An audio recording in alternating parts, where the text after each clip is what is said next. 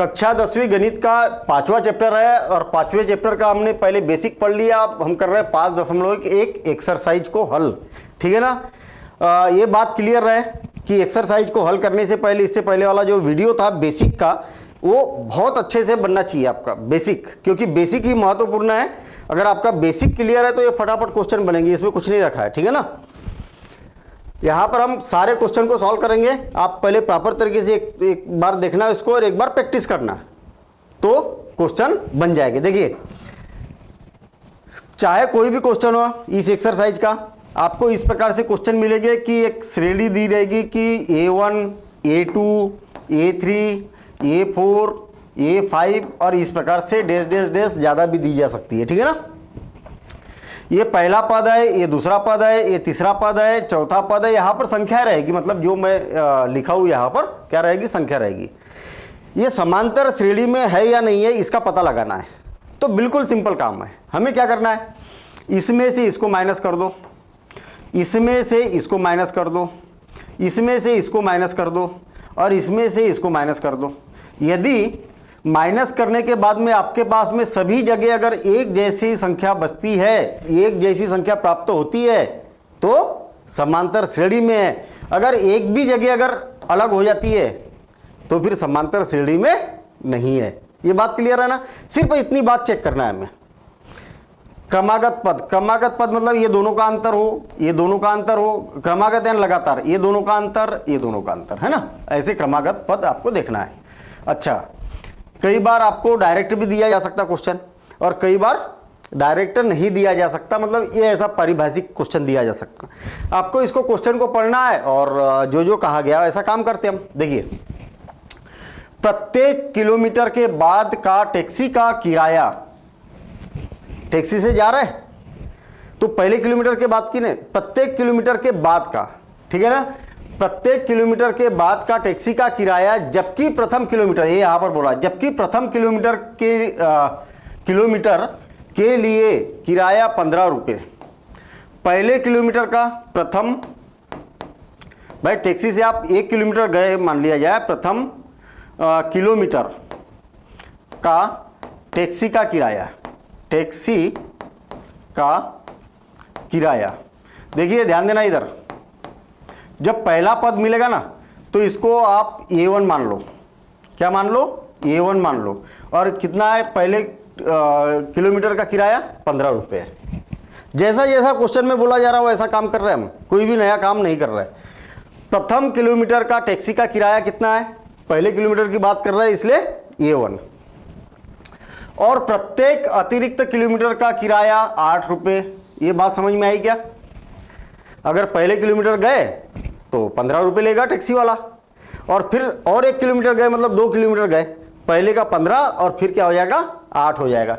इसका मतलब द्वितीय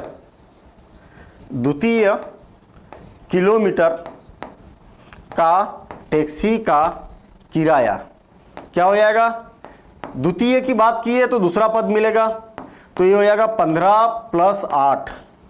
भाई पहले में तो 15 लग गया था, अब कितना लगेगा 8 लगेगा, तो इजिकल टू कितना हो गया 23 रुपये हो गया। तृतीय किलोमीटर का टैक्सी का किराया कितना हो जाएगा, तो A3। और A3 में कितना, पहले कितना लगा था 23, और फिर इसमें 8 जुड़ जाएगा, तो ये कितना हो गया 23 और 8 31 रुपये। और इसी प्रकार आगे का भी किराया, आगे का किराया क्या होगा, आगे का किराया क्या होगा, पहले किलोमीटर का तो 15 हो गया, दूसरे का 23 हो गया, 2 किलोमीटर अगर जाता है तो 23 रुपये पेमेंट करना पड़ेगा, 3 किलोमीटर जाता है तो 31 करना पड़ेगा। ठीक है ना। और अगला किलोमीटर चलेगा तो कितना हो जाएगा 8 रुपये लग रहा, तो 39 रुपये हो जाएगा, और dash dash dash dash continue. अब मुझे ये बताइए कि समांतर श्रेणी में है या नहीं है। सिंपल सी बात है कि पहले पद में 8 को जोड़ा तो दूसरा पद आया, दूसरे में 8 को जोड़ा तो तीसरा पद आया, तीसरे में 8 को जोड़ा चौथा पद आया, है ना। तो यहाँ पर क्या बोलेंगे हम, सार्वांतर। यहाँ सार्वांतर क्या है, 8 है, अतः श्रेणी क्या हो जाएगा, समांतर श्रेणी होगी। या तो फिर आप ऐसा भी बोल सकते हैं, अतः श्रेणी कौन सी होगी, एपी होगी। बस हो गया काम।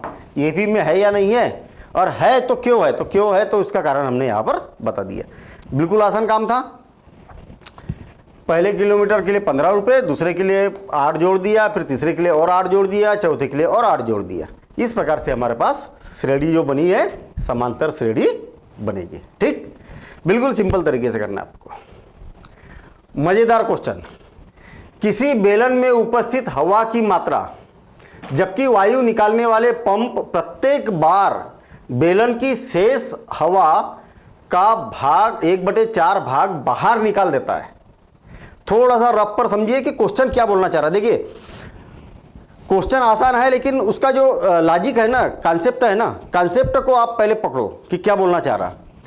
भाई आयतन की बात की है तो आयतन को इंग्लिश में वॉल्यूम बोला जाता है और उसको प्रदर्शित V से किया जाता है। चलिए ठीक है, मान लिया जाए कि किसी बेलन में जो आयतन है वो पहली बार कितना था, V था। जितना भी आयतन है उसमें से 1/4 भाग निकाल दिया मतलब देखिए V था और V में से कितना 1/4 भाग निकाल दिया तो कितना बचा, तो आप देखेंगे कि एलसीएम 4 आ गया, इसके अपन में 1 है तो 1 से भाग देंगे तो 4 बार और 4 का इसमें गुना करेंगे तो 4V माइनस V और इज इक्वल टू कितना हो जाएगा 3V डिवाइडेड बाय 4। पहली बार जो आयतन था वो इतना था, दूसरी बार जो आयतन मिला आपको कितना मिला, इतना मिला। ये बात समझ में आई? इतनी बात कर लेते, फिर उसके बाद और देखेंगे हम। किसी बेलन में उपस्थित हवा की मात्रा जबकि वायु निकालने वाला पंप क्या करता है, प्रत्येक बार बेलन की शेष हवा का 1/4 भाग बाहर निकाल लेता है।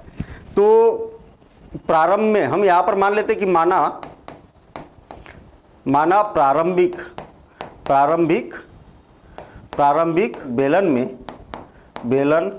में वायु की मात्रा का आयतन कितना है, बराबर से A1 यानी कि पहला पद, और वो कितना है, V है। ये समझ में आई बात? प्रारंभिक बेलन में वायु की मात्रा कितनी है, V है, ऐसा हमने मान लिया। अब प्रथम बार बेलन से 1/4 भाग ना, 1/4 भाग वायु निकालने पर शेष वायु कितनी रह जाती है, A2 इज इक्वल टू कितना हो जाएगा 3V डिवाइडेड बाय 4। इतनी बात समझ में आ गई? देखना फिर से और एक बार, बिल्कुल शॉर्ट में समझना, बिल्कुल सिंपल तरीके से समझना। इतनी वायु है ना, इतनी वायु है, एक ट्यूब है या बेलन है या कुछ भी है, इतनी वायु है। इस जितनी भी वायु है उसमें से क्या कर रहे हैं, वायु का 1/4 भाग निकाल दे रहा है। तो फिर इसमें से इतना भाग निकला कि ना भाई, जितनी भी वायु है वायु का 1/4 भाग क्या कर रहा है, निकाल दे रहा है। तो फिर कितनी बच गई, तो इसको हल करेंगे तो कितना बचा, 3V डिवाइडेड बाय 4, ये आ गया। अब देखना द्वितीय बार बेलन में से निकाले गए शेष 1/4 भाग फिर निकाल दिया हमने, तो क्या मिलेगा, A3 मिलेगा। और A3 बराबर से कितना हो जाएगा, अभी वायु कितनी है बेलन में, इतनी वायु है ना, देखना 3V डिवाइडेड बाय 4, इतनी वायु है बेलन में। अभी जितनी भी वायु है उसका 1/4 भाग निकाल दिया। इतनी वायु है उसको 4 से भाग दे दिया हमने और उसमें से माइनस कर दिया, तो शेष वायु मिल जाएगी कितना, लघुत्तम कितना आ गया 16, 4 चौक 16, 4 और 4 तिया 12 v माइनस ऊपर क्या बचा 3v और इसमें से इसको माइनस करेंगे तो 9/16v इतना यहाँ पर बच जाएगा। तो हम यहाँ पर बोल सकते हैं कि 9v डिवाइडेड बाय 16 इतना बच गया। द्वितीय बार निकाल ले तो हमारे पास में तृतीय पद प्राप्त हुआ है ना।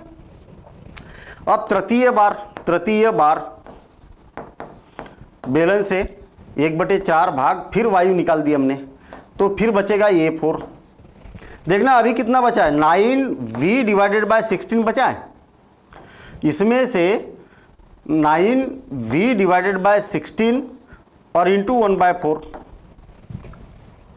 फिर से जितनी वायु थी उसमें से भाई इतनी वायु थी, इसमें से इस वायु का चौथाई भाग निकाल दिया, तो कितना हो जाएगा 16 चौक 64 एलसीएम आ जाएगा और 16 चौक 64 9 चौक 36 है ना, v माइनस और एक शॉर्टकट मेथड बताऊंगा मैं इसकी है ना। इतना हो गया, इसमें से 9 माइनस करेंगे तो कितना हो जाएगा 27 है ना, डिवाइडेड बाय 64v इतना बच गया। तो चौथी बार में बचा 27 डिवाइडेड बाय 64v इतना बचेगा। और इसी प्रकार आगे, इसी प्रकार श्रेणी क्या बनेगी, श्रेणी क्या बनेगी, पहली बार तो v है, दूसरी बार क्या है 3v डिवाइडेड बाय 4, तीसरी बार क्या हो जाएगा 9v डिवाइडेड बाय 16 और अगली बार क्या आ जाएगा 27v डिवाइडेड बाय 64 और dash dash dash dash continue, ऐसा चलते जाएगा। अब ये अंतर में है क्या, समान अंतर है क्या, इसमें से इसको माइनस किया जाए और इसमें से इसको माइनस किया जाए तो बराबर पद मिल रहे क्या, बिल्कुल नहीं मिलेंगे।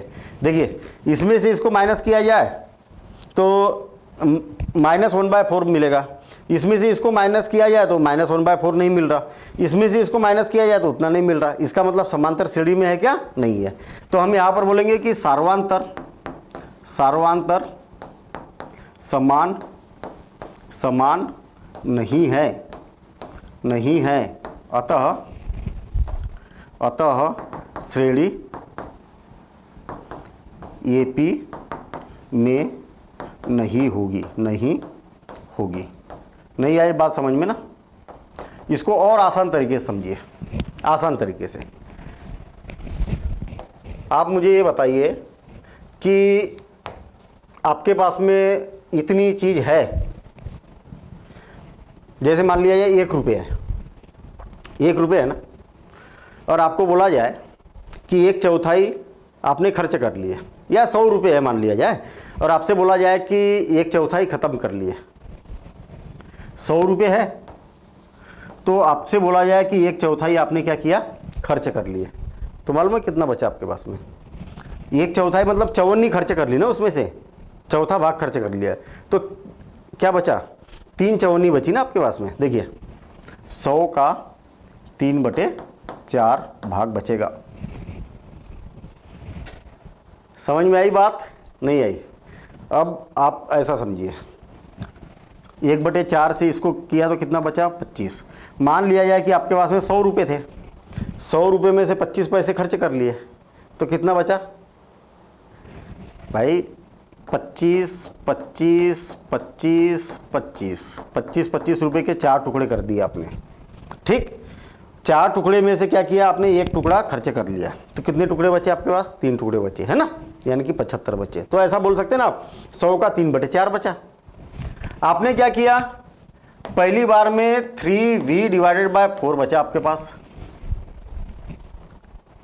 ठीक, अब अगली बार में क्या बचेगा, 3v डिवाइडेड बाय 4 तो था आपके पास, इसका भी 3/4 और निकाल दिया, तो कितना बचेगा 9/16। देखिए 9/16 आ गया,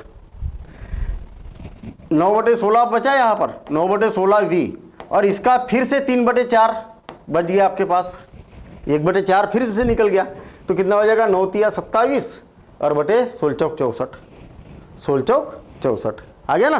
तो इस प्रकार से भी आप ऐसा सोच सकते हैं। तो आप डायरेक्ट भी ऐसा लिख सकते हैं, ये वाला लॉजिक लगा के, ठीक है ना। तो ये श्रेणी क्या होगी, समांतर श्रेणी नहीं होगी, यानी कि अरिथमेटिक प्रोग्रेशन नहीं होगा। अब देखिए, प्रत्येक मीटर की खुदाई के बाद एक कुआं खोदने में आई लागत, जबकि प्रथम मीटर खुदाई की लागत 150 रुपये है। भैया कुआं खोदना है, कुआं खोदना है, तो उनका कहने का मतलब ये है कि पहला 1 मीटर खोदेंगे ना आप, तो उसमें 150 रुपये खर्चा आएगा, 150 रुपये खर्चा आएगा। तो हम यहाँ पर बोल सकते हैं कि प्रथम मीटर कुआं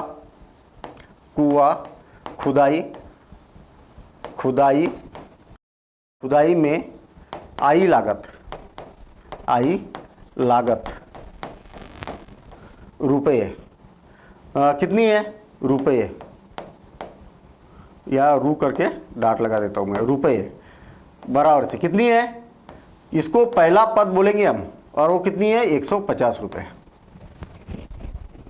आई बात समझ में? क्वेश्चन में ही बोला है ना कि पहले मीटर में कितना खर्चा आ रहा, 150 रुपये। अब 2 मीटर कुआं खुदाई में आई लागत बराबर से A2। देखिए पहले मीटर के लिए तो 150 रुपये खर्चा आया, और प्रत्येक मीटर की खुदाई की लागत कितनी बढ़ जाती है, 50 रुपये बढ़ जाती है। तो इसमें क्या करेंगे, 50 रुपये को जोड़ देंगे, 50 तो कितना हो गया, 200 हो गया। आ गई बात समझ में? अब 3 मीटर की खुदाई में कुएं को क्या किया आपने, इतना खोदा तो 150 रुपये खर्चा आ गया, और जब यहाँ से ये पूरा जब 2 मीटर खोदा, ये 2 मीटर खोदा तो 150 यहाँ खर्चा आया था, यहाँ पर 50 रुपये खर्चा आया, तो 2 मीटर की खुदाई में कितना आया, 200 रुपये आ गया खर्च, फिर और 50 रुपये आया खर्च यहाँ पर। ये कुएं की खुदाई कर रहा हूँ मैं यहाँ पर, ये ऐसा कुआं बनते हुए जा रहा है। तो 150, ये 3 मीटर की खुदाई में कितना आया, 150, तो ये 200 हो गया, 250 हो गया। ठीक, 3 मीटर की खुदाई में कितना खर्चा आ रहा, कितना खर्चा आ रहा, A3 = 200 + 50 और बराबर से कितना हो गया, 250 रुपये। तो इसी प्रकार कम से कम आपको 3 पद लिखना है। कितने पद लिखना है, कम से कम 3 पद का लाना जरूरी है, क्योंकि हमने देखा बेसिक में कि 2 पद में कोई श्रेणी या श्रेणी बनती नहीं है, कम से कम 3 पद का होना जरूरी है। तो हमने क्या किया है, यहाँ पर 3 पद ले आए। अब देखना, अतः श्रेणी क्या हो जाएगी, पहला पद कितना है, 150, दूसरा 200, तीसरा 250 और dash dash dash dash continue.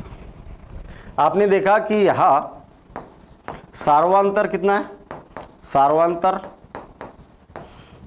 50 है, बराबर से 50 है, अतः श्रेणी क्या होगी, AP होगी।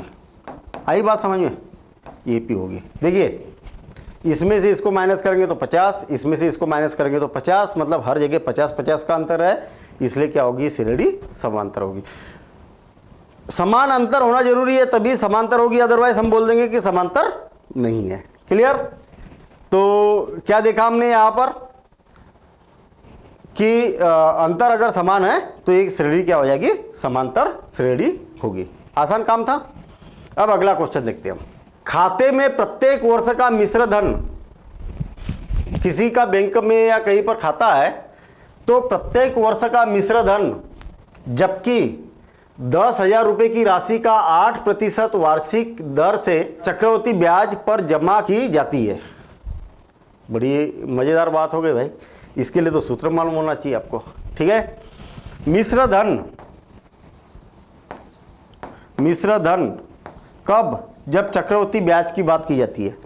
मिश्र धन बराबर से होता है मूलधन गुणित 1 धन दर बटे 100, 1 धन दर बटे 100, ये होता है इसका फार्मूला। और इसकी घात समय, घात में क्या आता है, समय आता है। ये फार्मूला मालूम होना चाहिए। मिश्र धन बराबर से मूलधन गुणित 1 धन दर बटे 100 और पूरे की घात कितनी, समय। हम जानते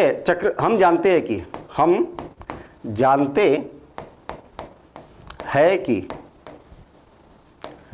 चक्रवर्ती ब्याज,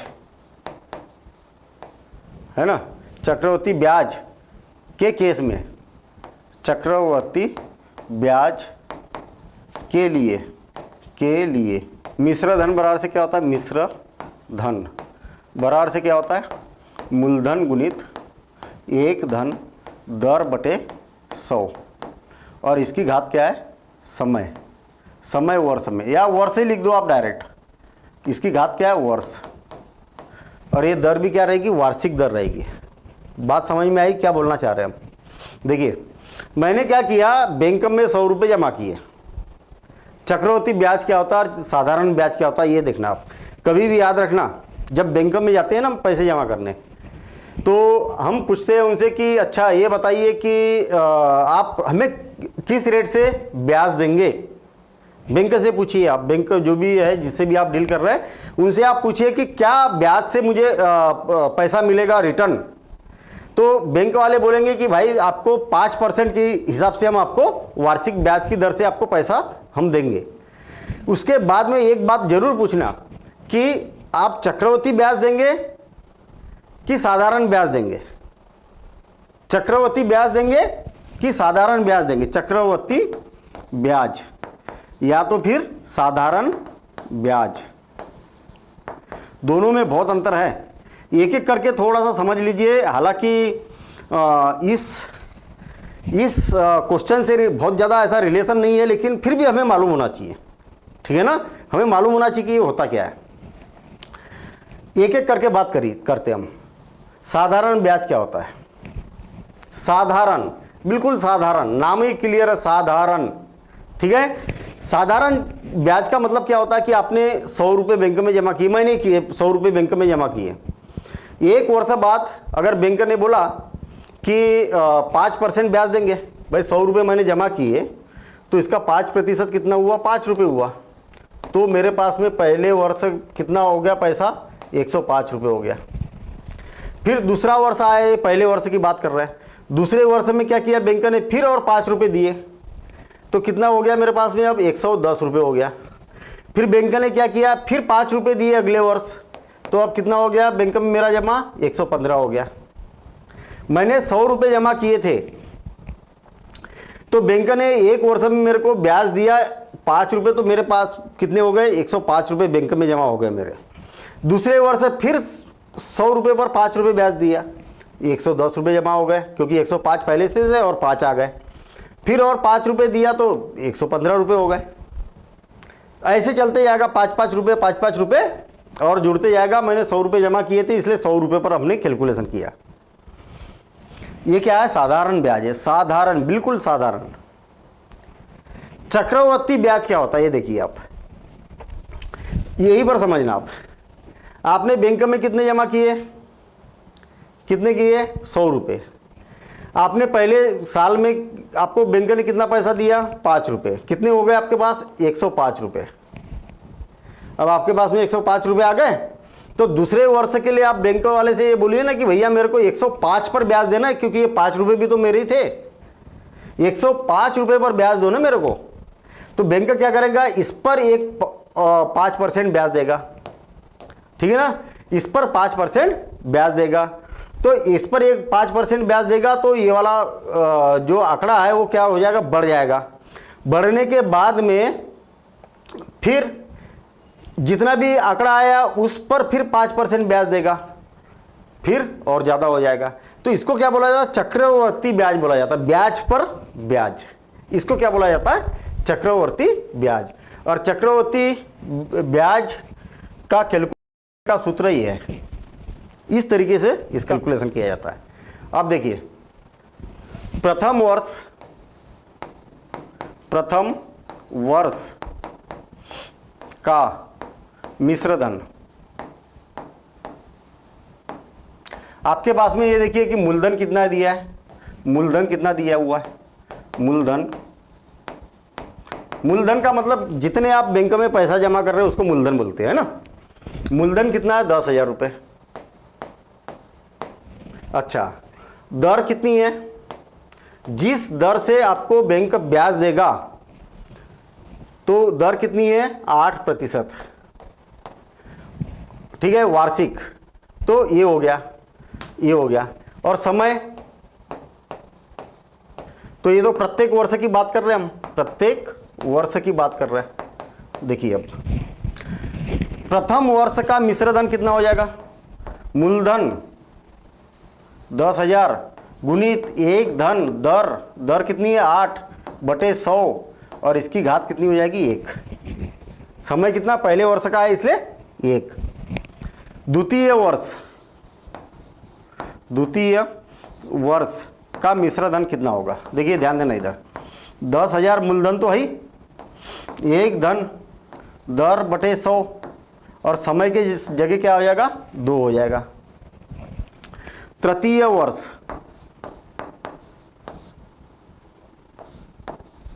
कितना हो जाएगा, 10,000 गुणित एक धन 8/100 और इसकी घात कितनी हो जाएगी 3 हो जाएगी। आई बात समझ में, कुछ नहीं किया मैंने, बिल्कुल सिंपल काम है भाई। ये सूत्र है ना, सूत्र है, तो मूलधन तो फिक्स है इतना, दर दी है क्वेश्चन में तो उसको दर की जगह 8 लिख दिया मैंने। वर्ष, पहले वर्ष का निकाल रहा हूँ इसलिए वर्ष की जगह 1 लिख दिया, फिर दूसरे वर्ष का निकाल रहा हूँ, 2 वर्ष का निकाल रहा हूँ तो 2 लिख दिया, तीसरे वर्ष का निकाल रहा हूँ तो 3 लिख दिया। क्या कोई खास काम थोड़ी किया मैंने अभी तक, सूत्र में ही तो मान रखा मैंने। तब श्रेणी कौन सी बनेगी, श्रेणी पहला पद क्या आ गया 10,000 गुणित एक धन 8/100 और इसकी घात 1 है तो लिखने की जरूरत नहीं है। दूसरा पद 10,000 गुणित एक धन दर/100 और इसकी घात 2। तीसरा पद 10,000 गुणित एक धन 8/100 और इसकी घात 3 और dash dash dash dash continue, ये होगी। अब ये बताइए कि ये समांतर में है या नहीं है, समांतर में है या नहीं है, नहीं है समांतर में। देखिए समान अंतर नहीं है इसका, आप अगर इसमें से इसको माइनस करेंगे, आप इसमें से इसको माइनस करेंगे तो क्या आएगा, देखिए ना, करके देखूँ क्या मैं, चलिए इधर से हटा देता हूँ, मैं माइनस करके देखता हूँ। 10,000 गुणित एक धन 8/100 और इसकी घात 2 माइनस 10,000 गुणित एक धन 8/100 इतना, इसमें भी 10,000 है और इसमें भी 10,000 है तो उभयनिष्ठ निकाल दिया। इसमें भी इतना है 1 + 8/100 और इसमें भी इतना है, तो एक पद तो बाहर निकल गया, इसकी घात 2 है ना तो एक बाहर निकल गया, तो क्या बचा आपके पास में एक धन 8/100 और फिर यहाँ पर क्या बचा, ये भी बाहर निकल गया, इतना भी बाहर निकल गया तो -1 बच गया यहाँ, तो इससे कैंसिल, तो इतना बच गया। आप जब इसमें से इसको माइनस करेंगे ना तो यहाँ पर स्क्वायर आ जाएगा, इसका मतलब अंतर समान नहीं है। इसमें से इसको माइनस करेंगे और इसमें से इसको माइनस करेंगे तो समान अंतर नहीं मिल रहा आपके पास, तो हम यहाँ पर बोल सकते हैं कि सार्वांतर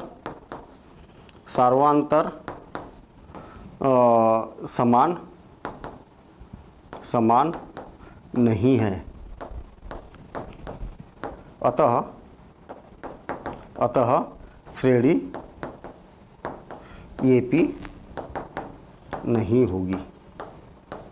आई बात समझ में, थोड़ा सा टाइम ज़्यादा लगाया लेकिन बात स्पष्ट होना चाहिए, ये ज़्यादा महत्वपूर्ण है, कोई कन्फ्यूजन नहीं रहना चाहिए, है ना। क्वेश्चन से रिलेटेड अगर कोई फार्मूले भी आते हैं या कोई कॉन्सेप्ट भी आते हैं तो वो कॉन्सेप्ट आपको मालूम होना चाहिए, ये महत्वपूर्ण है। अब क्वेश्चन नंबर 2 क्या बोल रहा, दी हुई AP के प्रथम 4 पद लिखिए जबकि प्रथम पद A और सार्वांतर D निम्नलिखित है। थोड़ा सा कॉन्सेप्ट समझिए आप। A1 का मतलब क्या होता है, A होता है। A2 का मतलब क्या होता है, A + D होता है, ये बात याद रखना, हमने बेसिक में पढ़ा था। A3 का मतलब क्या होता है, A + 2D होता है। A4 का मतलब क्या होता है, A + 3D होता है। और मैं आपको मज़ेदार बात बता दूं, ये n का मतलब क्या होगा, n मतलब nवां पद क्या होगा, जैसे ये तीसरा पद है, ये चौथा पद है, ऐसा nवां पद क्या होगा, n का मान कुछ भी हो। यहाँ पर 2 है, दूसरा पद है तो 1 D है, यहाँ पर पहला पद है तो 0D है, तीसरा पद है तो 2D है, चौथा पद है तो 3D है, एक D कम हो रहा ही ना। आई बात समझ में? देखना, यहाँ दूसरा पद है तो 1D, एक कम, 3 की अपेक्षा एक कम तो 2 आ गया, 4 की अपेक्षा एक कम यानी कि 3 आ गया। तो यहाँ पर nवां पद निकाल रहे तो क्या होगा, a प्लस n-1D, ऐसा। ये वाली टेक्निक आपको यूज करना पड़ेगा, काय के लिए, समांतर श्रेणी के लिए। दी हुई एपी के प्रथम 4 पद लिखिए, प्रथम 4 पद निकालना है कि a1, a2, a3 और a4 क्या होगा। जबकि दिया है क्या दिया है, a का मान 10 और d का मान 10। तो प्रथम पद यानी कि a1 बराबर से कितना होगा, ये, और a का मान कितना है 10। कितना सिंपल है काम। अब द्वितीय पद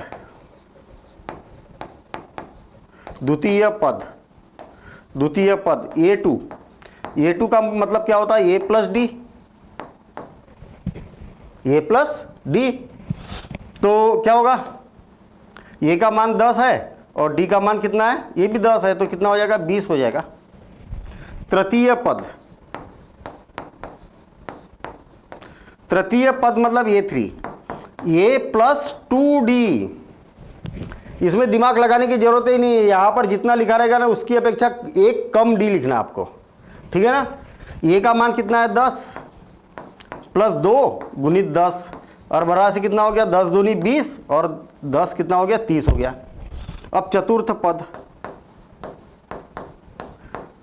पद क्या हो जाएगा, a4 is equal to, a का मान 10 है, या तो फार्मूला लिख देता हूँ, a plus 3D is equal to, a का मान 10 है प्लस 3 इंटू 10, d का भी मान 10 है, तो कितना हो जाएगा, 10 दिया 30 और एक कितना हो गया 40।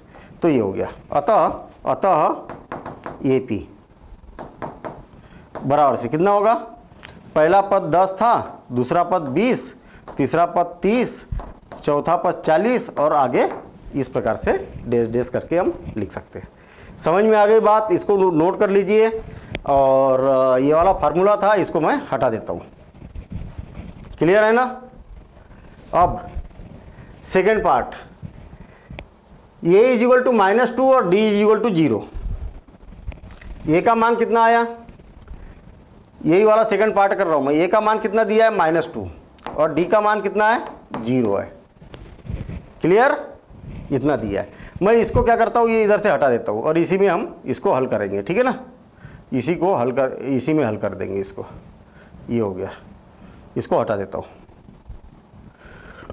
हाँ देखिए, प्रथम पद क्या है, ये का मान कितना है -2 plus 0 is equal to -2 -2 plus 0 is equal to -2 -2 plus 3 into 0 तो 0 ही होगा, इज इक्वल टू -2। और श्रेणी क्या बनेगी आपके पास, -2 और dash dash dash dash continue. 4 पद बोला तो 4 पद हमने निकाल दिए। ये समांतर श्रेणी में है क्या, इसमें से इसको माइनस करेंगे तो 0, इसमें से इसको माइनस करेंगे 0, इसमें से इसको माइनस करेंगे 0। सार्वंतर शून्य भी हो सकता है, धनात्मक भी हो सकता है, ऋणात्मक भी हो सकता है, लेकिन बराबर होना चाहिए, ये बहुत जरूरी है, ठीक है ना। तो ये हो गया अपना पहला और दूसरा पार्ट, ठीक है। अब थर्ड पार्ट देखिए, सेम उसी प्रकार से बोला है।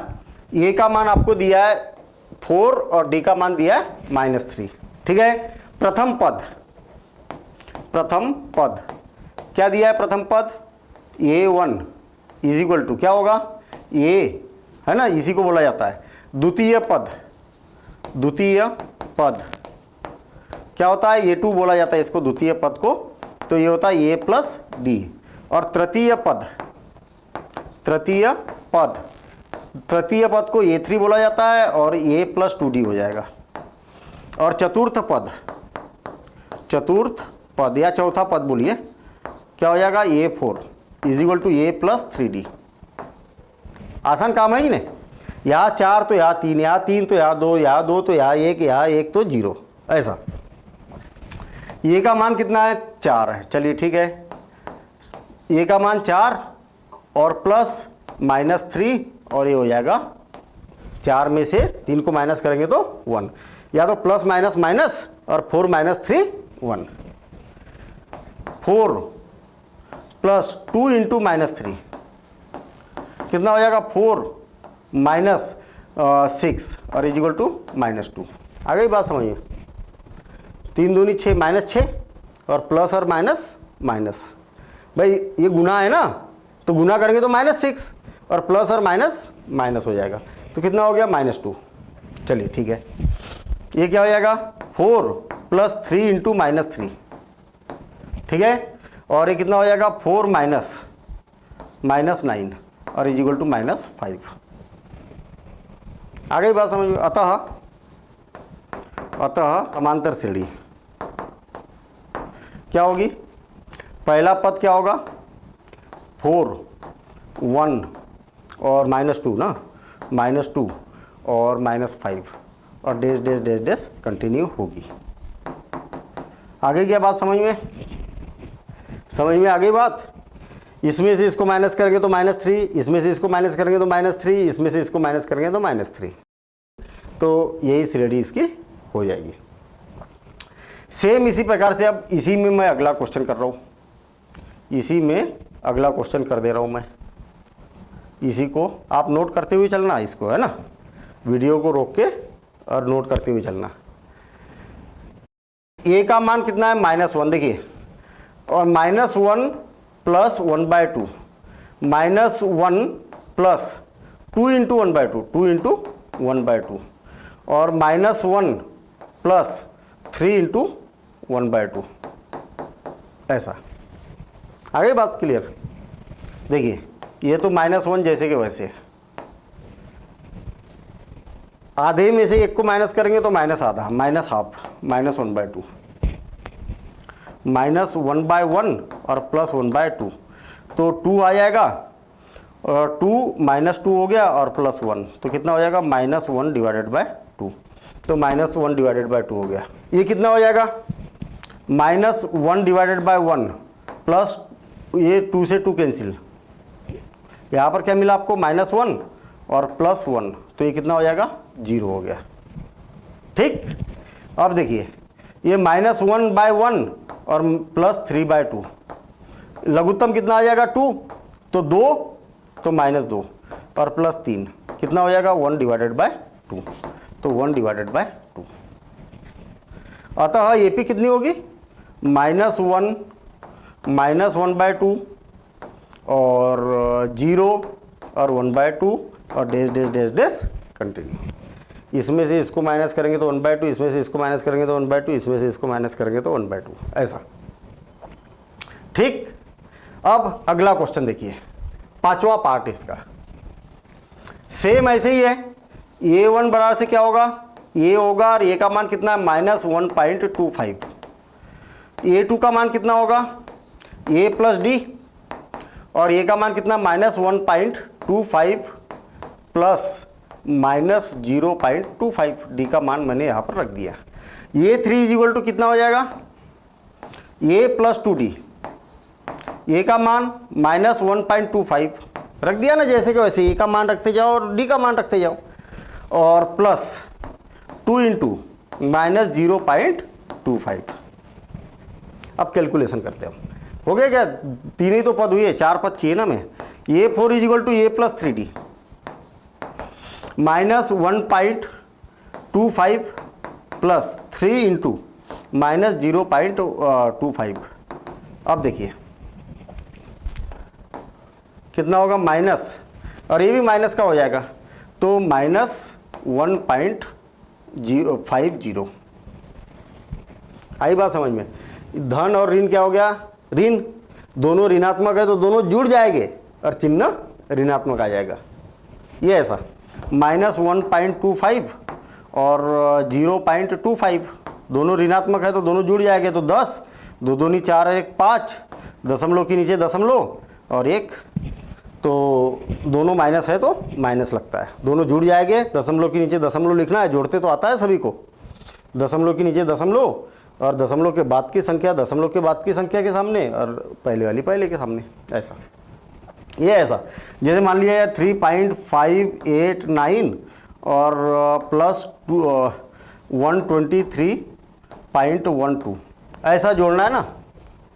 देख लेना, इसमें कन्फ्यूजन हो जाता कभी कभी है। जैसे कि वैसे लिखो 3.589, ये जो दशमलव है तो दशमलव को दशमलव के नीचे लिखो, दशमलव के बाद के अंक लगातार लिखो इधर, और इधर वाले अंक इधर लिखो 1 2 3, ऐसा जोड़ा जाता है। जोड़ना हो चाहे घटाना हो, तरीका ऐसे ही रहता है। दशमलव के नीचे दशमलव आना चाहिए। देखिए जैसे कि वैसे लिखा कि नहीं मैंने। अब इसके नीचे कुछ नहीं है तो 0 है, यानी कि 9, और 8 और 2 10, बचा 1, 5 और 2 7, दशमलव के नीचे दशमलव है ना, और ये कितना हो गया 6, और 2 और 1 क्या हो गया 1 हो गया, ये जोड़ दिया। दोनों जगह प्लस है इसलिए प्लस आ जाएगा, दोनों जगह माइनस रहेगा तो यहाँ पर माइनस आ जाएगा। जुड़ेगा दोनों स्थिति में, है ना। दोनों माइनस रहेंगे तो भी जुड़ेंगे, दोनों प्लस रहेंगे तो भी जुड़े। अंतर ये रहेगा कि दोनों प्लस रहेंगे तो चिन्ह प्लस का रहेगा, जुड़ना तो दोनों केस में है, और दोनों माइनस रहेंगे तो भी जुड़ना दोनों केस में है, चिन्ह माइनस का आएगा। ये अंतर है दोनों में। देखिए -1.25 और माइनस, प्लस और माइनस क्या हो गया, माइनस हो गया। 0.25 का डबल क्या हो गया 0.50, 0.50 ऐसा। और दोनों को कैलकुलेशन करेंगे तो -1.75, और ऐसे ये करेंगे तो -75, तो ये क्या हो जाएगा -2 हो जाएगा।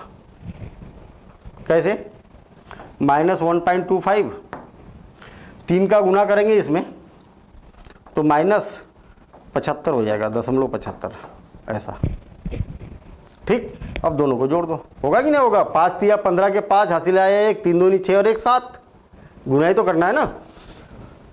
और प्लस और माइनस क्या हो जाएगा, माइनस हो जाएगा, तो 2 यहाँ पर आ गया। अतः श्रेणी क्या होगी, पहला पद कितना है -1.25, और दूसरा पद क्या है -1.5, और तीसरा पद क्या है -1.75, और चौथा पद क्या है -2 है, और डैश डैश डैश डैश आगे लगा दो। ठीक है, पहला पद, दूसरा पद, तीसरा पद और ये चौथा पद, 4 पद निकालना था हमने, और इस प्रकार से 4 पद हमने निकाल दिया। आसान काम है भाई, कैलकुलेशन ही तो है। कॉन्सेप्ट तो केवल इतना ही है कि अगला पद पहले पद में डी जोड़ने पर आता है, बस। ठीक है, चलिए अगला, निम्नलिखित में से प्रत्येक एपी के लिए प्रथम पद, देखिए प्रथम पद और सार्वंतर लिखिए। पहली बात तो जो दिया हुआ है ना वो एपी में है ही, वो चेक करने की जरूरत नहीं है हमें, ऐसा क्वेश्चन में बोला है। प्रत्येक एपी के लिए ना चेक करने की थोड़ी जरूरत है, क्वेश्चन में बोला है भैया ये एपी में तो है ही, बस प्रथम पद और सार्वंतर ज्ञात कीजिए। प्रथम पद तो सिंपल है ना, ये हो गया प्रथम पद ज्ञात। ये प्रथम पद पहले दिख रहा है इसलिए प्रथम पद, ये भी इसका प्रथम पद है, इसका ये प्रथम पद है, इसका ये प्रथम पद है। आई ना बात समझ में। प्रथम पद यानी कि जो पहला पद है, पहला फर्स्ट पार्ट, प्रथम पद, प्रथम पद क्या है, प्रथम पद है 3, या तो ऐसा लिख सकते हैं हम A1 = कितना है 3 है। A1 या A1 को ये भी बोला जाता है। सार्वांतर, सार अंतर क्या हो जाएगा, D बोला जाता है इसको। D बराबर से क्या होगा,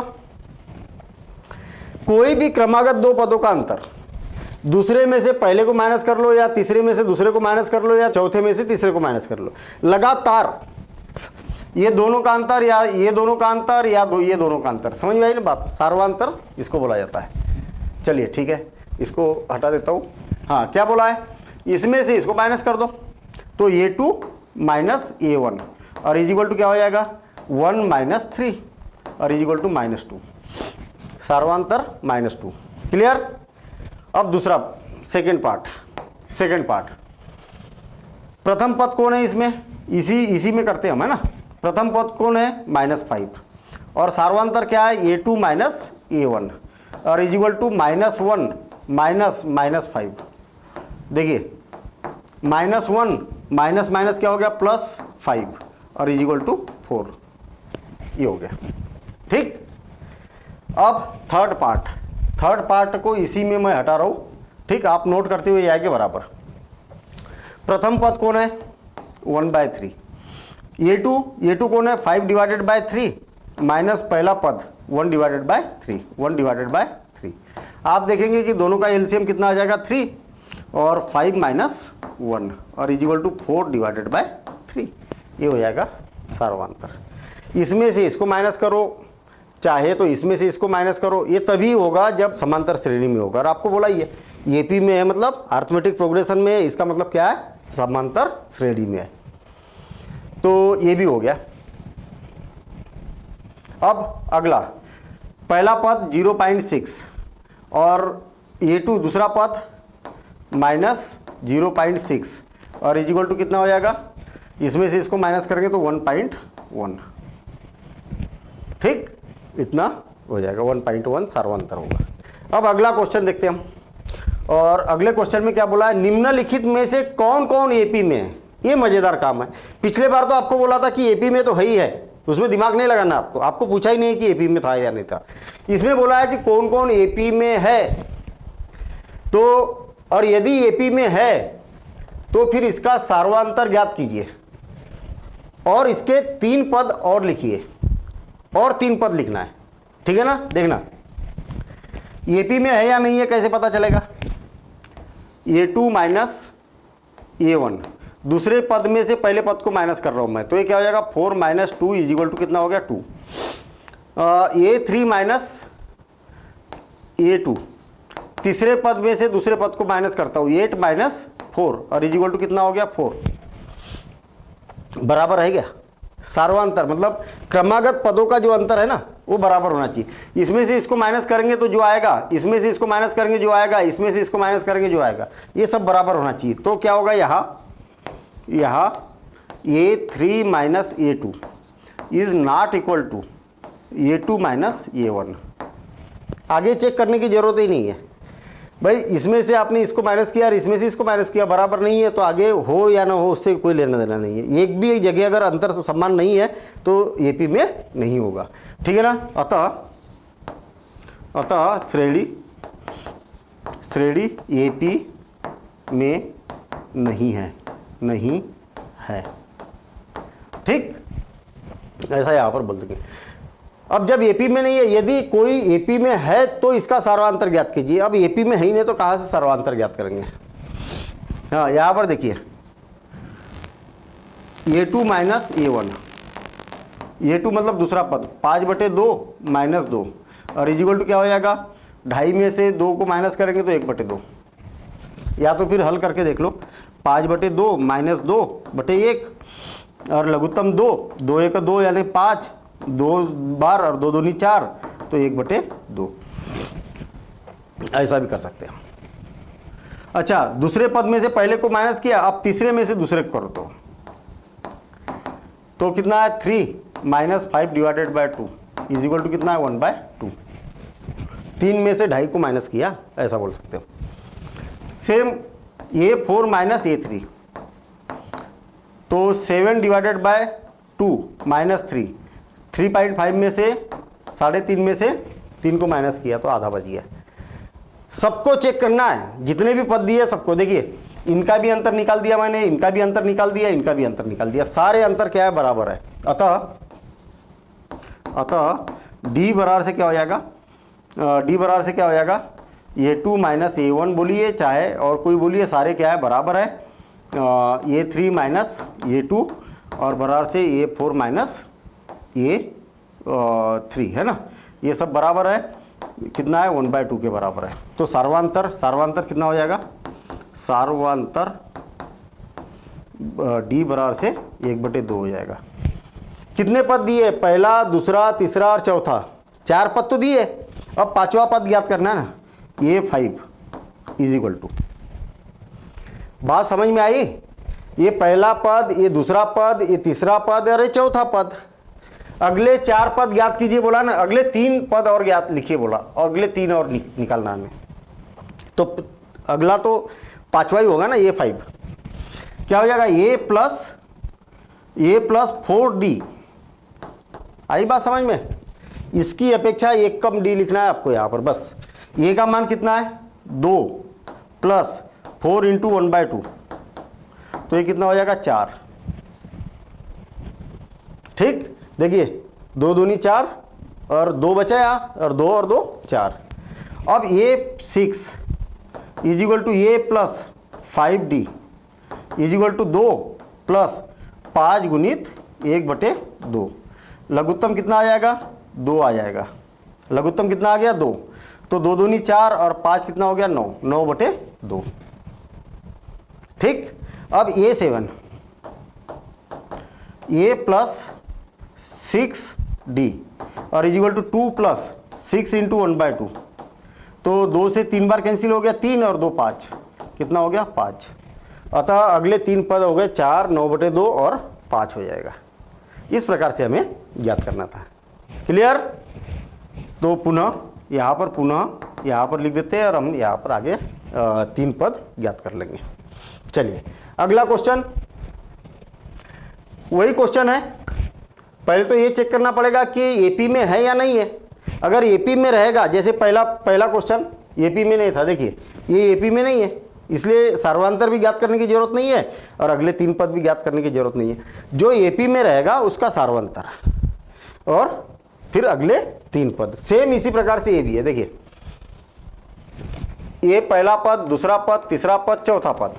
तो हम क्या करते हैं, A2 में से A1 को माइनस कर देता हूँ मैं, दूसरे में से पहले को, तो -3.2 और -1.2, और माइनस माइनस क्या हो गया, प्लस हो गया, तो -3.2 और ये क्या हो गया, माइनस माइनस प्लस, प्लस 1.2। आई बात समझ में? बड़ी संख्या के सामने माइनस है, छोटी संख्या के सामने प्लस है, मतलब 1 प्लस 1 माइनस, तो माइनस तो होगा ही होगा, 0, और ये क्या हो जाएगा 2। बड़ी संख्या का चिन्ह लगेगा तो प्लस, कितना हो जाएगा 2.0 यानी कि 2। अच्छा A3 minus A2 -5.2 minus 3.2, minus minus plus, 3.2 में से 5.2 माइनस करेंगे तो 1 मिनट, यहाँ पर क्या हो गया, यहाँ पर माइनस आएगा ना, तो ये भी क्या हो जाएगा -2। माइनस का आएगा ना, ये बड़ी संख्या का चिन्ह लगेगा, ये गड़बड़ कर दिया ना मैंने, बड़ी संख्या का चिन्ह लगेगा। ठीक, अब A4 माइनस A3, जितने भी पद दिए सबको चेक करना पड़ेगा भैया, क्योंकि एक ने भी अगर गड़बड़ कर दी ना तो पूरा गड़बड़ हो जाएगा। नहीं आई बात समझ में? मान लिया जाए कि ये दोनों बराबर हो गए सर्वांतर, तीसरा सर्वांतर बराबर नहीं हुआ तो ठीक है, तो फिर इसलिए क्या है, सबको चेक करना पड़ेगा जितने पद दिए उसके हिसाब से। तो ये प्लस, तो ये क्या हो जाएगा -2 हो जाएगा, ये भी -2 हो जाएगा। अतः आपने देखा कि सभी क्रमागत पदों का अंतर कितना बराबर है, अतः सार्वांतर कितना हो जाएगा, D बराबर से -2 हो जाएगा। 1 2 3 4 पद दिए तो 5वां पद ज्ञात करना है। अब A5 is equal to A plus 4D is equal to A का मान कितना है, -1.2 ये वाला, और सर्वांतर कितना दिया है, प्लस 4 इंटू कितना, D का मान -2 इज इक्वल टू, देखिए 4 दूनी 8, -8 और -8 और 9 9.2 -9.2 ये हो जाएगा। A6 इज इक्वल टू क्या हो जाएगा, A plus 5D is equal to -1.2 ये का मान प्लस 5 इंटू -2। देखिए 5 दूनी 10 -10 और -11 -11.2 ये हो गया। और एक पद ज्ञात करना है, 3 पद ज्ञात करना था, is equal to A plus 6D -1.2, ये तो उतना ही रहेगा, प्लस 6 इंटू -2, तो 12 और 1 13 -13.2 इतना हो गया। तो अगले 3 पद बोला था, तो अगले 3 पद यहाँ पर ज्ञात हो गए। ठीक, चलिए अब मैं ये देख लेता हूँ कि यहाँ पर A2 माइनस A1 कितना है, इसमें से इसको माइनस करके तो -6 -10 10 और ये कितना हो गया 4। A3 माइनस A2 क्रमागत, A1 मत कर देना, 3 में से 2 में से 1 लगातार, ठीक है। इसमें से इसको माइनस करेंगे तो -2 -6, देखिए माइनस माइनस प्लस 6 हो गया, 6 में से 2 को गया माइनस किया तो 4, और A4 minus A3 is equal to 2 minus minus 2 is equal to कितना हो जाएगा, माइनस माइनस प्लस 2 और 2 4, सब बराबर है। बराबर होना जरूरी है, अगर बराबर है तब बोलेंगे हम सार्वांतर। अतः सार्वांतर D बराबर से कितना हो जाएगा, 4 हो जाएगा। अब A5, 4 पद तो दिए है ना, 5वां पद ज्ञात करना है हमें। क्या हो जाएगा, A प्लस 4D। देखिए A का मान कितना है, -10 प्लस 4 और इज इक्वल टू कितना हो जाएगा, -6। ये हो गया। अब A6, A plus 5D is equal to -10 plus 5 into 4 कितना होगा, 5 चौक 20, 5 चौक 20 और 20 में से 10 को माइनस करेंगे तो 10, ठीक। 20 में से 10 को माइनस करेंगे तो 10। सार्वांतर कितना आ गया, 1 मिनट, -6 गड़बड़ है क्या है, डी का मान कितना है, डी का मान 4 है, डी का मान 4 है, तो या 4 चौक 16, ये गड़बड़ है ना यहाँ पर, ये 4 चौक 16 हो जाएगा ना। डी का मान कितना, 4 चौक 16, डी का मान तो 4 और डी का मान तो रखा ही नहीं था मैंने, तो ये कितना हो जाएगा, 16 में से 10 गए तो कितना बचेगा, 6 बच जाएगा, ठीक है। ये हो जाएगा +6 आ जाएगा और इतना 10, और A7 is equal to A plus 6D is equal to, ये +6 है ना, -10 प्लस 6 इंटू 4, 6 चौक 24, तो ये कितना हो जाएगा, 14 हो जाएगा, 14, इतना आ गया। अगले 3 पद बोला था, तो अगले 3 पद हमने याद कर लिया। यहाँ तक मेरे ख्याल से कोई कन्फ्यूजन नहीं होना चाहिए। जो भी पद है इसमें 4 को जोड़ दो, जो सार्वांतर आया इसमें 4 को जोड़ दो तो ये आ गया, ठीक है। फिर उसमें और 4 को जोड़ेंगे, इसमें 4, ऐसा भी बोल सकते हैं हम, ये 6 आया, 6 में 4 को जोड़ा तो इतना आ गया, इसमें 4 को जोड़ा तो ये आ गया, ऐसा भी यहाँ पर कर सकते हैं। चलिए यहाँ पर चेक करते हैं अब,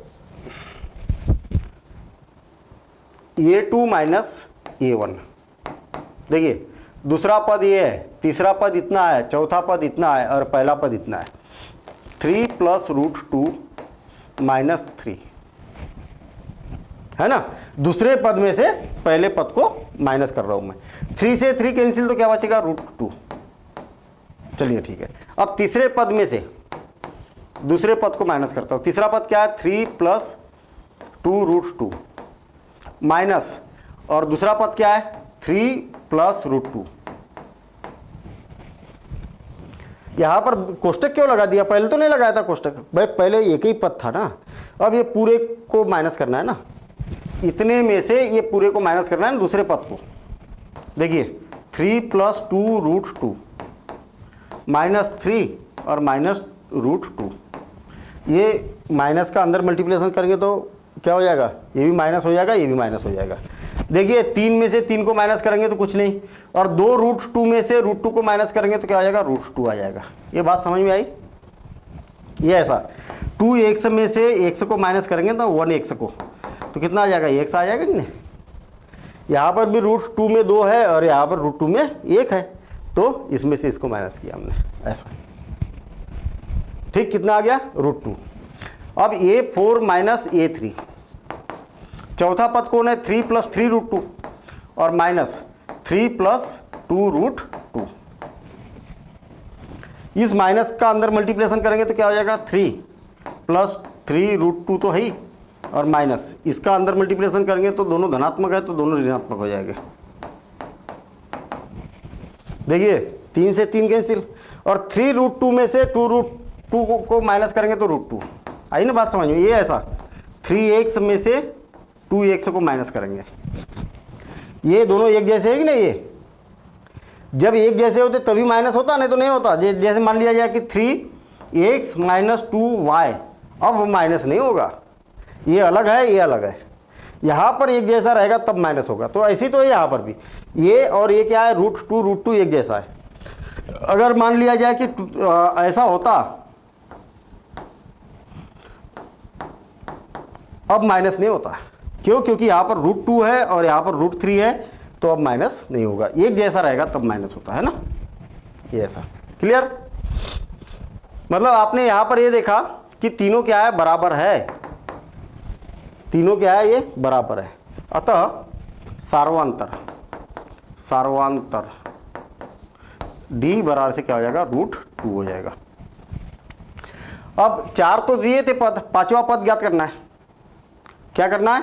a5 पुनः क्या है, a5 is equal to a plus 4d। a का मान कितना है, 3 है, प्लस 4 और d का मान कितना है, √2 है। आगे बात समझ में? a5 a6, अब a6 a प्लस 5d, तो a का मान 3 है और 5d का मान कितना है, √2 है। और a7 is equal to a का मान कितना, a प्लस 6d, a का मान कितना है, 3 है और 6d, d का मान √2 है। ये मान रखते ही जा रहे हैं ना अपन, d का मान √2 है। ये हो गया। अब छठवां पार्ट, 6th पार्ट देखिए। ये दूसरा पद है, ये तीसरा पद है, ये चौथा पद है, ये पहला पद है ना। a2 minus a1 is equal to कितना है, 0.22 माइनस 0.2। देखिए 0.22 माइनस दशमलव के नीचे दशमलव को लिखो, उधर वाली संख्या उधर, इधर वाली इधर। कितना आ रहा, 2, 0, यहाँ पर कुछ नहीं मतलब 0 है कि नहीं, और दशमलव 0, मतलब आपके पास में आ रहा 0.02 आ रहा। और a3 माइनस a2 निकालते हम। a3 क्या है, 0.222 माइनस 0.22, देखिए क्या आ रहा, 0.222 और ये आ रहा 22, ये इसको इसमें से माइनस करना है। तो यहाँ पर 2 बचेगा, 0.0, देखिए 0.002। दोनों बराबर है क्या? नहीं है, दशमलव के बाद में 1-2 अंक के बाद 2 है, और यहाँ दशमलव के का तीसरा अंक 2 है, तो बराबर नहीं होगा। यहाँ a2 minus a1 is not equal to a3 minus a2। अतः श्रेणी AP में नहीं होगी। आगे बात समझ में, कितना आसान काम है, कोई ज़्यादा माथा पच्ची वाला नहीं है। बिल्कुल प्रॉपर तरीके से करते जाइए। जहाँ पर प्रॉब्लम है उसको आप फिर से और एक बार देखिए, बड़े आसानी से बनेगा। ठीक है ना?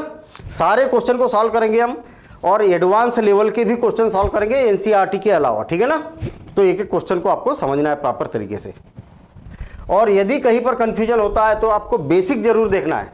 इससे पहले वाला जो वीडियो है बेसिक आप देखिए, सारी बातें समझ में आ जाएगी। एक तरफ से पढ़ते जाएंगे, कहीं पर कोई समस्या नहीं है। ठीक है ना? वही क्वेश्चन है, आप a2 में से a1 को माइनस करिए तो 3 माइनस 1 इज इक्वल टू कितना हो गया, 2। और a3 में से a2 को माइनस करिए तो 9 माइनस 3 इज इक्वल टू कितना हो गया, 6।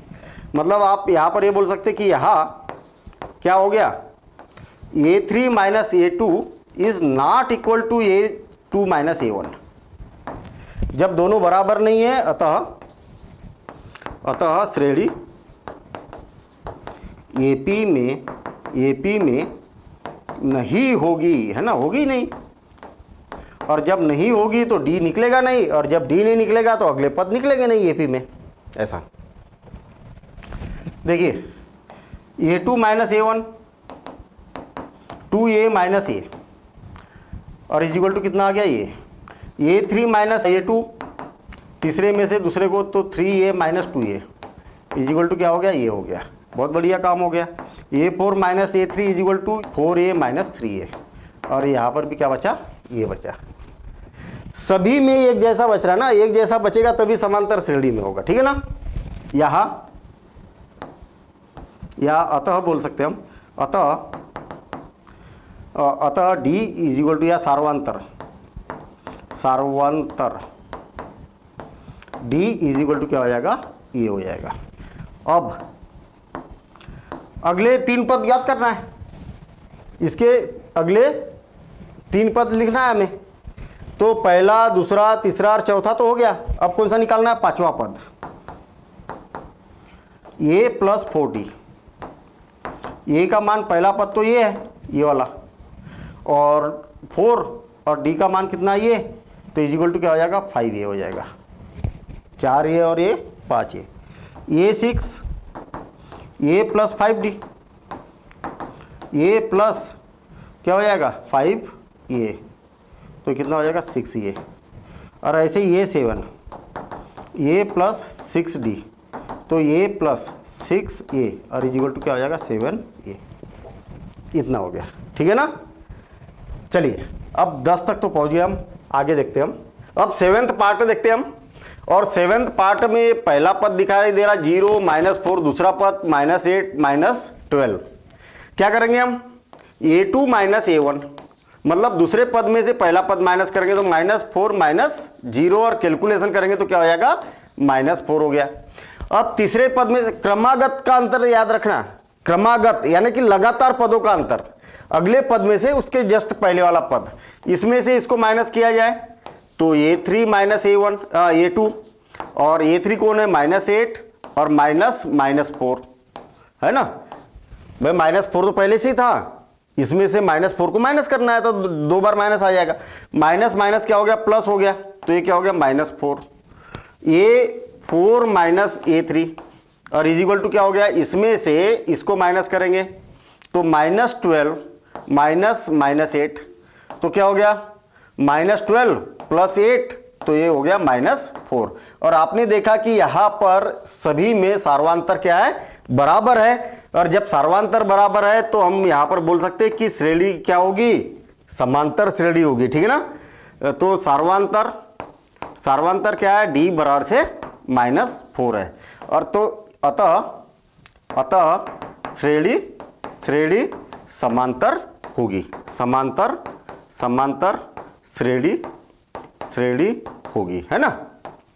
तो हमने ये तो बता दिया कि समांतर श्रेणी होगी। अब अगले 3 पद निकालना है, तो 4 तो थे ये, तो a5 और a5 इजिकल टू क्या हो जाएगा? a plus 4d, a plus 4d।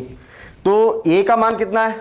0 और +4 और d का मान कितना है? -4, तो ये क्या हो जाएगा? -16 हो गया।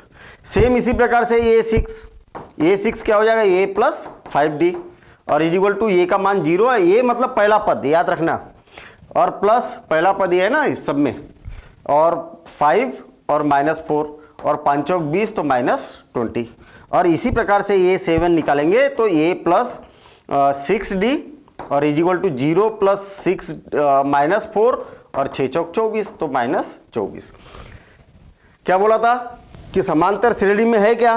तो हमने तो पहले यहां पर बता दिया कि सार्वांतर क्या है? सब में बराबर है, इसलिए समांतर श्रेणी में है। इसके बाद में क्या पूछा था कि अगले 3 पद ज्ञात कीजिए। तो हमने 4 पद तो दिए थे, 5वां, 6वां और 7वां पद इस प्रकार से निकाल दिया। सेम यहां पर क्या हो रहा? a2 -a1, देखिए -1/2 है, ये पहला पद, दूसरा पद, तीसरा पद और ये चौथा पद, और -1/2। दूसरे में से पहले को माइनस करेंगे तो माइनस प्लस हो गया, और 1/2 में से 1/2 को माइनस करेंगे तो 0। सेम a3 -a2, तो -1/2 -1/2 है ना। इसमें से भी इसको माइनस करेंगे तो उतना ही आएगा, तो ये क्या हो जाएगा? ये भी 0 हो जाएगा। a4 -a3 इजिकल टू -1/2 -1/2, तो ये क्या हो गया? ये भी 0 हो गया। और आपने देखा कि सभी जगह क्या आ गया? एक जैसा आ गया, मतलब सभी जगह क्या आ गया? 0 आ गया। इसका मतलब सार्वांतर क्या हो गया? इसका 0 हो गया, यानी कि बराबर हो गया। हमें मालूम है कि सार्वांतर धनात्मक भी हो सकता है, इससे पहले धनात्मक आए थे, 0 भी हो सकता है और ऋणात्मक भी हो सकता है। तो तीनों एग्जाम्पल के हमें यहाँ पर क्वेश्चन मिल गए कि सार्वांतर 0 भी हो सकता है, 0 ऋणात्मक भी हो सकता है और धनात्मक भी हो सकता है। अतः सार्वांतर क्या होगा? d = 0 होगा।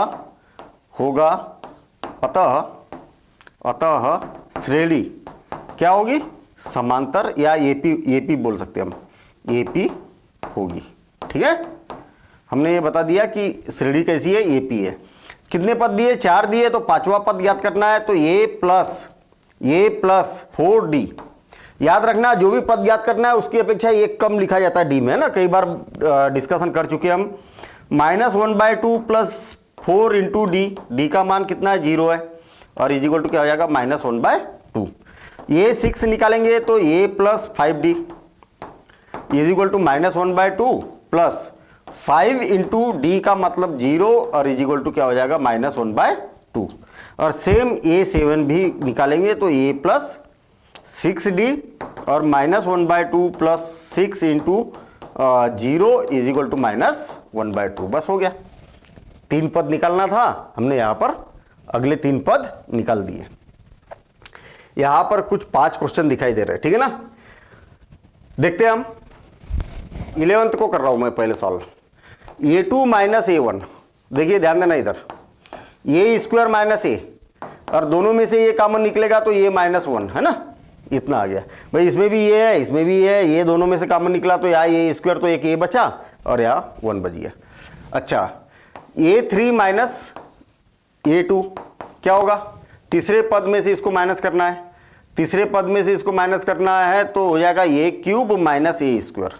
और आप देखेंगे कि a स्क्वायर कॉमन निकल रहा, दोनों में a स्क्वायर है ना, तो क्या हो जाएगा a -1। अच्छा, ये दोनों बराबर है क्या, यहाँ पर a आया और यहाँ पर a स्क्वायर आया, बराबर कहाँ है, नहीं है ना।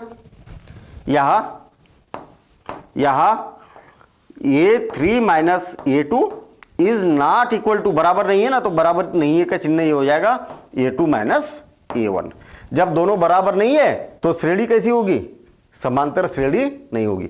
अब कई बच्चों का कहना ये होता है कि सर आपने तो 2 ही बार निकाला, a4 माइनस a3 क्यों नहीं निकाला, क्या करेंगे निकाल के, बट ए वाला मान और अगला जो निकालेंगे वो तीनों बराबर होना चाहिए ना। जब ये दोनों ही बराबर नहीं है तो अगले का लेना देना ही नहीं है, ठीक है ना, तो अगला निकालने की जरूरत यहां पर नहीं है, ठीक है ना। अच्छा, अतः श्रेणी क्या होगी, एपी नहीं होगी, ठीक है, एपी नहीं होगी। चलो ये हो गया 11th। अब 12th देखते हैं हम। 12th में देखना, थोड़ा सा इसको रीअरेंज करते हैं। देखिए क्या दिया हुआ आपके पास में, श्रेणी वर्गमूल 2। 8 को क्या लिखा जा सकता, वर्गमूल 8 को क्या लिखा जा सकता, 2 गुणित 2 गुणित 2, यानी कि एक जोड़ी बन के बाहर निकलेगा तो 2√2 हो गया। तो इसको पहले थोड़ा सा अरेंज कर रहा हूं मैं, ठीक है ना। अब यहां पर √18 इसको लिखा जा सकता 3 गुणित 3 गुणित 2, एक जोड़ी ये 3 की बाहर निकल गई तो √2, मतलब आपके पास में बचा 3√2। अच्छा, 32 है, 32 को क्या लिखा जा सकता, 2 गुणित 2 गुणित 2 गुणित 2, 2 दूनी 4, 4 दूनी 8, 8 दूनी 16 और 16 दूनी 32, ये ऐसा लिखा जा सकता है। एक जोड़ी 2 जोड़ी ये बाहर निकल गई, क्या हो जाएगा, 2 गुणित और एक रह गया अंदर, ये भी बाहर निकल गया, ये भी बाहर निकल गया, जोड़ी बन के बाहर निकलेगा वर्गमूल है तो, और एक की जोड़ी नहीं बनी तो ये अंदर रह गया, तो क्या हो गया, 2 दूनी 4 √2, ये हो गया। मतलब आप यहाँ पर दिया है ऐसा लिख सकते हैं हम, है ना, आपको दी गई श्रेणी क्या है, ये है। दूसरे पद में से पहला पद को माइनस करो तो 2√2 माइनस √2 कितना हो जाएगा, √2। और तीसरे पद में से, दूसरे पद में से पहले पद को माइनस किया, तीसरे में से दूसरे को माइनस करो तो 3√2 माइनस 2√2, तो ये हो जाएगा √2। और चौथे पद में से तीसरे पद को माइनस करो तो क्या हो जाएगा, 4√2 माइनस 3√2, और ये भी क्या बचेगा, √2। बहुत बढ़िया काम हो गया। सभी में जो अंतर है वो क्या है, बराबर है, मतलब क्रमागत पदों का जो अंतर है वो बराबर है। अतः सार्वांतर कितना है, d बराबर से कितना होगा, √2 होगा। जब सार्वांतर निकल गया तो श्रेणी कैसी है, समांतर है। तो अतः a5 इज इक्वल टू क्या हो जाएगा, 4 तक तो दिए, 4 पद दिए, 5वां पद ज्ञात करना है, तो a5 इज इक्वल टू क्या हो जाएगा, a प्लस 4d ए का मान कितना है √2 प्लस 4 और डी का मान कितना है √2। और आप देखेंगे कि 1 √2 और 4 √2 कितना हो जाएगा 5 √2 हो जाएगा, 5 √2 हो गया। सेम इसी प्रकार से A6 is equal to A plus 5D, तो √2 प्लस 5 √2 और कितना हो जाएगा 6 √2 हो गया है ना।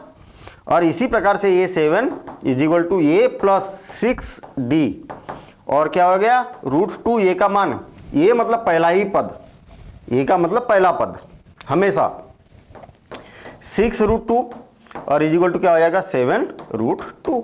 और ये हमसे पूछा गया था। तो हमसे ये पूछा गया कि भैया समांतर श्रेणी है या नहीं है, और हमने बता दिया है यहाँ पर कि समांतर श्रेणी है, और है तो फिर उसको ज्ञात किया। ठीक है, आप इसको नोट करते हुए भी जाएंगे हटाने से पहले, ठीक है ना। चलिए अब हमें कौन सा करना है 13th क्वेश्चन करना है। और 13 में क्या दिया √3 √6 और 3 लिख सकते हैं इसको हम, ठीक है ना। या तो चलिए ठीक है 9 का वर्गमूल कितना हो जाएगा √3 हो जाएगा। 12 को क्या लिख सकते हैं 2√3 ऐसा लिखा जा सकता है। ठीक, आप यहां देखेंगे कि A2 माइनस A1 कितना हो गया √6 माइनस √3 और कितना होगा, एक जैसा तो है नहीं तो माइनस हो जाएगा है ना, या √6 है या √3 है तो ऐसा का ऐसा ही रहेगा। और A3 minus A1 is equal to कितना है 3 माइनस √6। आपने ये देखा कि इसका ये मान और ये मान क्या है अलग अलग दिखाई दे रहा, अतः A3 minus A1 is not equal to A2 minus A1।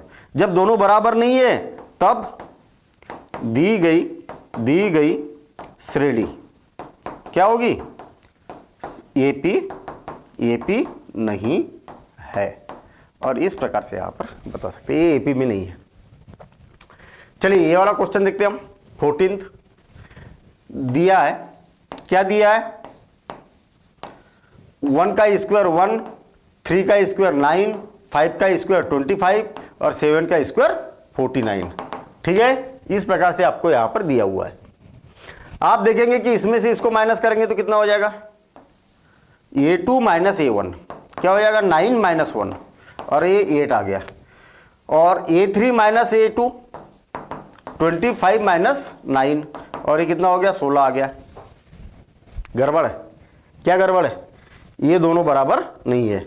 और यहाँ A3 minus A2 not equal to A2 minus A1, दोनों बराबर नहीं है, अतः श्रेणी AP में नहीं होगी। बस हो गया काम, ठीक है ना, AP में नहीं होगी, है ही नहीं भैया। दोनों तो लगातार क्रमागत, इसका अंतर और इसका अंतर बराबर नहीं है तो आगे भी करने की जरूरत नहीं है। ये दोनों बराबर नहीं है तो आगे का बराबर हो भी जाए तो उससे कोई लेना देना नहीं है। कोई भी दो अंतर बराबर नहीं है तो आगे सॉल्व करने की जरूरत नहीं होगी। चलिए दिया है वही का वही काम दिया है, पहले इसको सरल कर देता हूं मैं। क्या है 1 का स्क्वायर 1, 5 का स्क्वायर 25, 7 का 49 और 73 और डैश डैश डैश कंटिन्यू। ये पहला पद, दूसरा पद, तीसरा पद, चौथा पद A1 A2 A3 A4। A2 minus A1 कितना होगा 25 में से 1 को माइनस किया जाए तो कितना हो गया 24, बहुत बढ़िया। A3 माइनस A2 49 माइनस 25 और एक क्या कितना हो जाएगा 24 बच गया, यहाँ पर भी 24। और A4 माइनस A3 और आपने देखा कि 73 माइनस 49 और ये 4 बच गया और 5 तो 2 24।